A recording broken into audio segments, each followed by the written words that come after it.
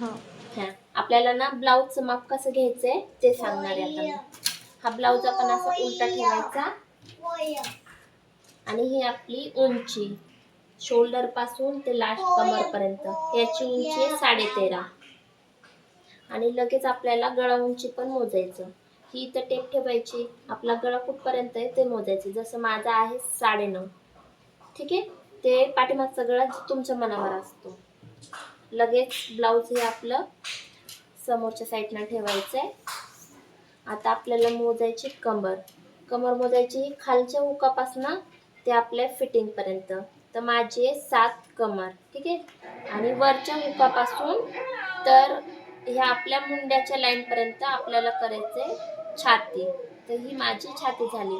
माझी छाती किती आली? 7.5. आणि आता मोजायचा समोरचा गळा.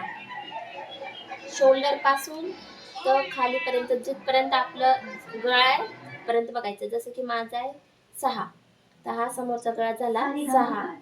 आता राहिलं शोल्डर. या लाईन पासून तर हे लास्ट या शोल्डर पर्यंत असं शोल्डर मोजायचं. तर हे आपलं किती आहे शोल्डर? 10, ठीक आहे. हे भाई झालं. आता राहिलं आपलं मुंडा. इथून ते इथपर्यंत मोजायचं, वरच्या शोल्डर पासून तर खालीपर्यंत.